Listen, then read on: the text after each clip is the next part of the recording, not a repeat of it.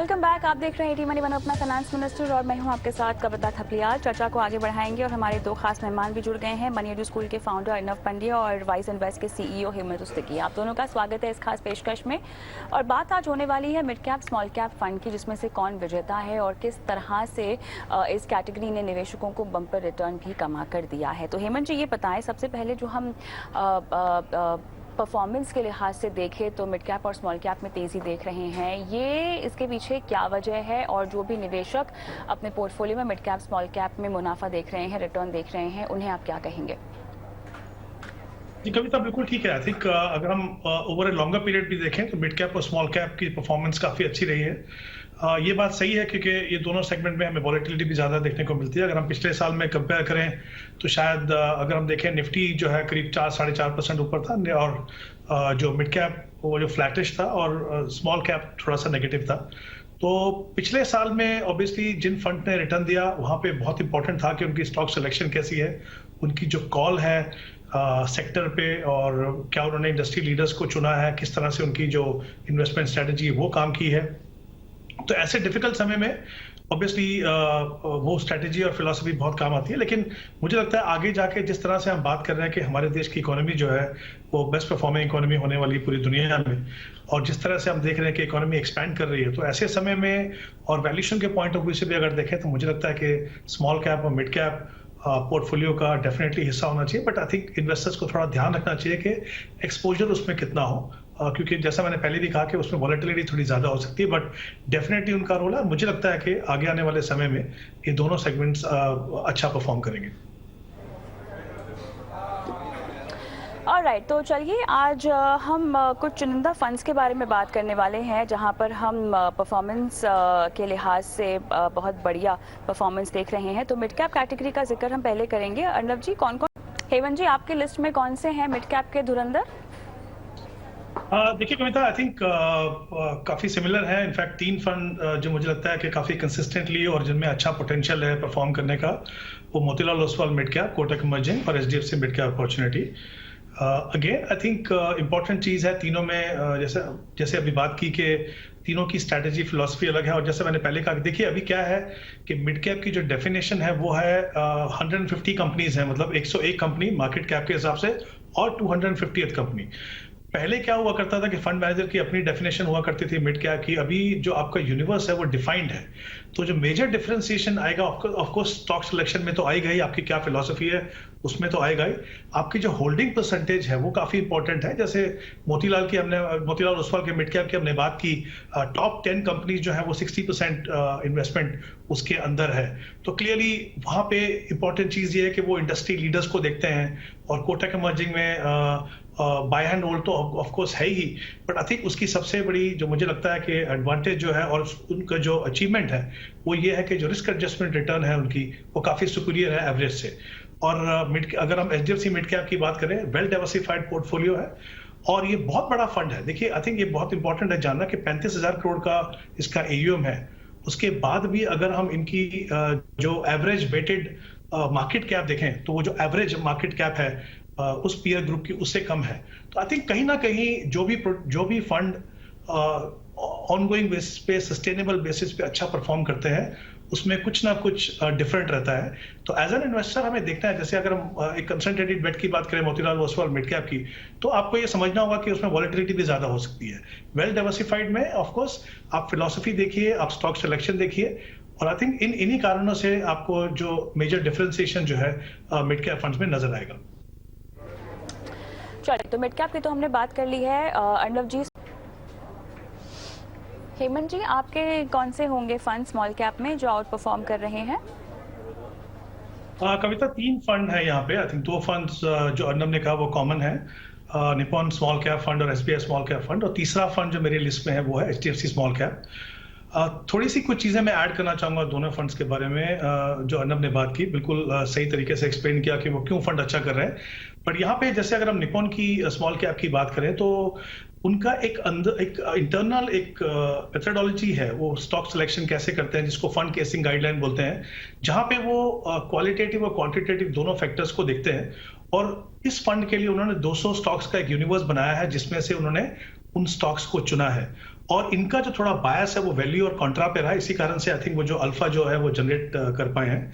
SBI में वो basically कोशिश करते हैं इस फंड में कि वो किसी भी स्टॉक को इनिशियल स्टेज में, किसी कंपनी को जो ग्रोथ ओरिएंटेड कंपनी है उसको इनिशियल फेज में आइडेंटिफाई करें और उसको होल्ड करते हैं जब तक उनको लगे कि इसका पोटेंशियल फुली रियलाइज नहीं हुआ। ऑब्वियसली उसके अलावा जो कुछ फैक्टर जो वो ध्यान देते हैं वो ये देखते हैं कि बिजनेस उसका कितना स्केलेबल है।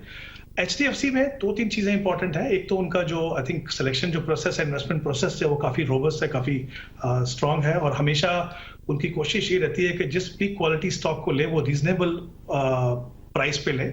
और वहां पे भी 2-3 इंपॉर्टेंट चीजें देखी जाती हैं कि वो उनका बिजनेस क्या निश बिजनेस है या किस तरीके से वो उनको एडवांटेज है बाकी जो कॉम्पिटिटर्स हैं।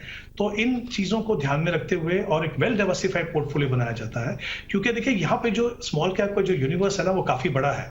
मतलब 250 फर्स्ट कंपनी मार्केट कैप से लेके जो बाकी पूरी मार्केट है, जितनी भी कंपनियां हैं वो सारी की सारी जो है स्मॉल कैप में आती हैं। तो बहुत ही ध्यान से स्टॉक सिलेक्शन करनी पड़ती है। वहां पे लिक्विडिटी का इश्यू होता है। वहां पे हमने देखा कि बहुत सारी कंपनी है वो डिसअपीयर भी हो सकती हैं सीन से अगर वो अच्छा नहीं करें। तो इसीलिए ज्यादातर जो फंड हैं जो अच्छा कर रहे हैं उन्होंने एक अपना यूनिवर्स इंटरनली डिफाइन किया है, जिसमें से ही, क्योंकि उसको ये काफी सारी कंपनियां जो अंडर रिसर्च भी रहती है तो उसके ऊपर बहुत ध्यान से वो स्टडी करते हैं और फिर उसी यूनिवर्स में से वो फंड सिलेक्शन करते हैं। तो I think as an investor जब आप अपने पोर्टफोलियो में किसी स्मॉल कैप फंड को लें तो पहली बात तो ध्यान रखिए कि स्टॉक सिलेक्शन वहां पे कैसा है। अगर आप ऐसा नहीं कर सकते तो मुझे लगता है जो मल्टी कैप फंड्स होते हैं जहां पे मिनिमम 25% स्मॉल कैप में इन्वेस्ट होना ही है, तो वैसे फंड्स को भी आप देख सकते हैं। बट अगर आप में क्षमता है कि आप उसको एनालाइज कर सकते हैं तो देखिए किस तरह के स्टॉक्स हैं, किस तरह की लिक्विडिटी है और कहीं ना कहीं वो आपको फंड की कंसिस्टेंसी जो है परफॉर्मेंस में और स्टॉक सिलेक्शन में वो दिख जाएगा। थोड़ा सा ध्यान रखने की जरूरत है both in terms of selection and exposure. But again ये सेगमेंट ऐसा है जिसने बहुत ही बेहतरीन लॉन्ग टर्म के रिटर्न दिए, तो वही पैसा लगाइए जो काफी समय तक आपको उसकी जरूरत नहीं है, बट मॉनिटर करते रहिए उसकी प्रोग्रेस को ताकि आप सही मायने में जो स्मॉल कैप का पोटेंशियल है उसका फायदा उठा सकें। और राइट, चलिए तो विस्तार से हमने मिड कैप स्मॉल कैप में कौन कौन से फंड्स आउट परफॉर्म कर रहे हैं और क्यों कर रहे हैं इस पर बात कर ली है। लेकिन अगर आप भी अपने किसी मिड कैप या स्मॉल कैप फंड की परफॉर्मेंस को लेकर चिंतित हैं तो हमारा व्हाट्सएप नंबर है जहां पर आप अपने फंड्स की डिटेल्स, अपने पोर्टफोलियो की डिटेल्स हम तक पहुंचा सकते हैं और हम एक एक करके आपके सवालों को शो में शामिल करेंगे और हमारे एक्सपर्ट से दिलाएंगे आपको सही और सटीक सलाह। लेकिन फिलहाल वक्त हो गया है जुड़ने का हमारे दर्शकों के साथ और देखिए नंबर भी जिसका मैं जिक्र कर रही थी वो आपकी स्क्रीन पर फ्लैश हो रहा है 9619873567। ऑलराइट, आगे बढ़ेंगे और मिस्टर CS खन्ना साहब फोन लाइन पर मेरे साथ हैं। खन्ना साहब नमस्कार सर, क्या हालचाल? नमस्कार, बहुत अच्छा जी। हेलो, बताइए सर। नमस्कार। जी सर, आपकी आवाज मुझे बिल्कुल आ रही है। नमस्कार सर। रिस्क और मीडियम रिस्क में 30,000 की SIP करना चाहता हूँ और टाइम लिमिट कोई नहीं है और इंक्रीज भी कर सकता हूँ। अच्छा हाँ सर, हाई रिस्क और मीडियम रिस्क आप ले रहे हैं, अपने ले रहे हैं या पोर्टफोलियो का सवाल किसी और के लिए है?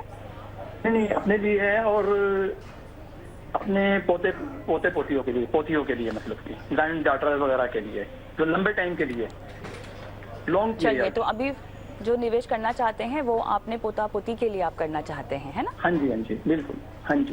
चलिए, बहुत बढ़िया। हेमंत जी, ये सवाल आपके लिए है। जी कविता, आई थिंक खन्ना साहब ने बहुत क्लियरली डिफाइन किया कि वो लॉन्ग टर्म के लिए इन्वेस्ट कर रहे हैं। मैं फिर भी चाहूंगा कि थोड़ा सा टाइम होराइजन अगर डिफाइन करके चले तो ठीक है, क्योंकि वो बात सही है कि लॉन्ग टर्म है, पर थोड़ा डिफाइन कर लीजिए कि 10 साल या 15 साल कितने साल तक आपको वहां पे रहना है। इन्होंने कहा कि इनको एक हाई रिस्क और मीडियम रिस्क का पोर्टफोलियो बनाना है, तो आई थिंक मुझे लगता है क्योंकि लॉन्ग टर्म होराइजन है तो एक मिक्स बनाइए। इक्विटी जैसा कि हम जानते हैं एग्रेसिव एसेट क्लास है, लेकिन अगर सही फंड चुने तो काफी अच्छे पोटेंशियल है उसमें रिटर्न्स के, और एग्रेसिव हाइब्रिड फंड जो है उन दोनों का आप मिक्स ले सकते हैं। तो जैसे इन्होंने कहा कि 30,000 रुपये इनको इन्वेस्ट करना है, तो मैं चाहूंगा कि ICICI Pru equity and debt fund जिसमें वो 8,000 इन्वेस्ट कर सकते हैं, वो एक फंड होगा जो एग्रेसिव हाइब्रिड कैटेगरी का होगा।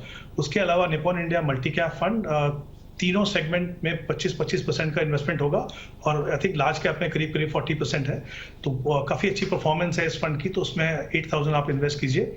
और लार्ज एंड मिड में आप SBI लार्ज एंड मिड में आप 7,000 इन्वेस्ट कीजिए। और एक फ्लेक्सी कैप में ऐसा फंड जहां पे कंसंट्रेटेड बेट लेते हैं, तो जैसे कोटक का जो फोकस फंड है उसमें आप 7,000 इन्वेस्ट कर सकते हैं। तो ये एक काफी अच्छा कॉम्बिनेशन रहेगा जिस तरह का आपका एक्सपोजर डिफरेंट सेगमेंट में होना चाहिए, और इन्होंने कहा कि ये आगे जाके पैसा बढ़ा भी सकते हैं, तो बहुत अच्छी चीज़ है। इनफैक्ट जब भी आप इंक्रीमेंटल पैसा SIP के द्वारा बढ़ाते हैं तो आपके रिजल्ट जो है वो काफ़ी अच्छे होते हैं, और सही मायने में जो पावर ऑफ कंपाउंडिंग है उसका फायदा होता है। तो इसी फंड में आप आगे जाके आप एडिशनल अमाउंट इन्वेस्ट कर सकते हैं, लेकिन हमेशा ध्यान रखिए, मॉनिटर करेंगे। हमने शुरुआत इससे की, आपकी जो कमिटमेंट है वो इक्विटी की है, फंड की नहीं है। फंड पे हमेशा ध्यान रखिए, कंसिस्टेंटली जब तक परफॉर्म करना है आप रखिए, नहीं तो फिर आपको थोड़ा समय देके बदलाव करना होगा। चलिए, यहाँ पर CS खन्ना साहब कोई सवाल पूछना चाहते हैं आप हेमंत जी को? नहीं, बस ठीक है, सेटिस्फेक्शन होगी मेरे को, क्योंकि मैं लंबे पीरियड 10 से 15 साल तक के लिए करना चाहता हूँ। जी बिल्कुल, और इसी लंबे समय का फ़ायदा आपको मिलता है, जहां पर अगर आप अपने निवेश की राशि बढ़ाएं तो आपको और फ़ायदा हो सकता है, और साथ ही लंबे समय में कंपाउंडिंग एक बेहतरीन ज़रिया है कमाई का। आगे बढ़ते हैं, क्या अजय पवार साहब फोन लाइन पर हैं मेरे साथ?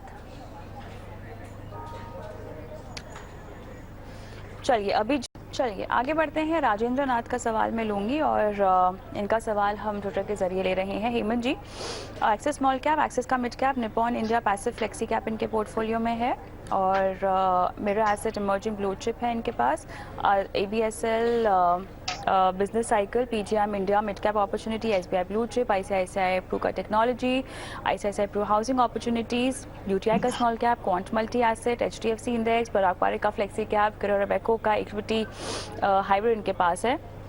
और ये अपने बेटे के बिहाफ पे सवाल पूछ रहे हैं, 15,000 की SIP कर रहे हैं, तो अब बताएं, 1 करोड़ का लक्ष्य है और इतने सारे फंड्स, हेमंत जी कैसे फिल्टर आउट करें?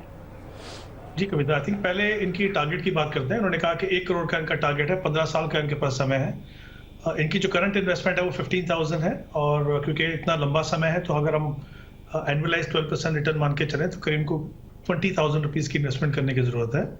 तो मुझे लगता है कि 5,000 का शॉर्टफॉल है जहाँ तक अपने टारगेट का अचीव करने का सवाल है। दूसरी बात, इतने लंबे समय में ऑफकोर्स आपका जो एसेट एलोकेशन के हिसाब से इक्विटी में डोमिनेशन होना चाहिए जो उनके पोर्टफोलियो में है। आई थिंक स्ट्रैटेजी वाइज यहाँ तक बिल्कुल ठीक है, लेकिन इनके पास 14 फंड है, 1,000 रुपये इन्वेस्ट करके ये 14 फंड में इन्वेस्ट कर रहे हैं, तो क्लियरली ये केस है जिसको हम बोलते हैं ओवर डाइवर्सिफिकेशन। इतने सारे फंड मॉनिटर करना मुश्किल है, ओवरलैप डेफिनेटली है, तो कहीं ना कहीं मुझे लगता है ये 4 फंड भी अगर रखें अपने पोर्टफोलियो में तो इनके लिए बिल्कुल सही होगा।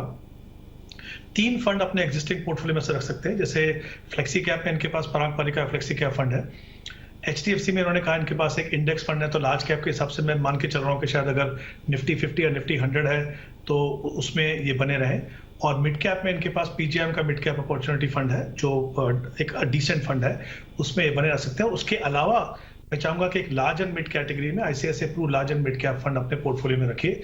ये 4 फंड, वो जो ऑब्जेक्टिव आप 14 फंड से लेने की कोशिश कर रहे हैं वो ले लें, और इसमें जो बीच में कोई थीमेटिक फंड है या सेक्टर फंड है वो आपके पोर्टफोलियो में नहीं होने चाहिए। तो 4 फंड से आप अपने पोर्टफोलियो को बनाइए, और जैसे मैंने कहा इंपॉर्टेंट है कि जितना एलोकेशन आपको डिफरेंट मार्केट सेगमेंट में चाहिए वो आपको यहाँ से मिलेगा, और 5,000 रुपीज आपको एडिशनल इन्वेस्ट करने की जरूरत है अपने लक्ष्य तक पहुंचने के लिए।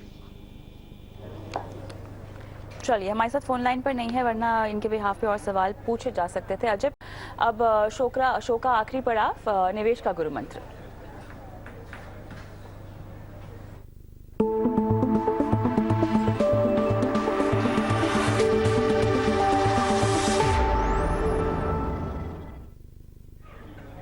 हेमंत जी, आपका गुरु मंत्र क्या होगा आज के लिए?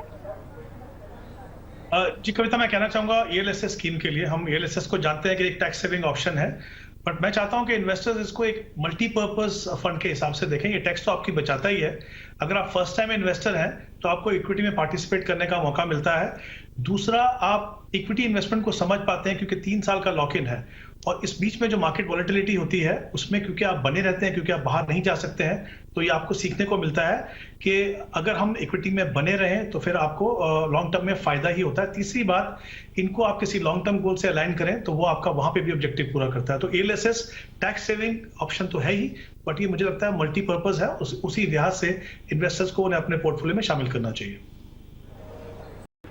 चलिए, इसी के साथ वक्त हो गया है शो को भी समाप्त करने का। अर्नव जी आपका, हेमंत जी आपका बहुत बहुत धन्यवाद दर्शकों की फाइनेंशियल प्लानिंग आज की शो के जरिए। और मुझे भी इजाज़त दें, जाते जाते व्हाट्सएप नंबर छोड़ जा रहे हैं आपकी स्क्रीन के ऊपर। इस नंबर पर हमें इंतजार होता है आपके सवालों का। नमस्कार।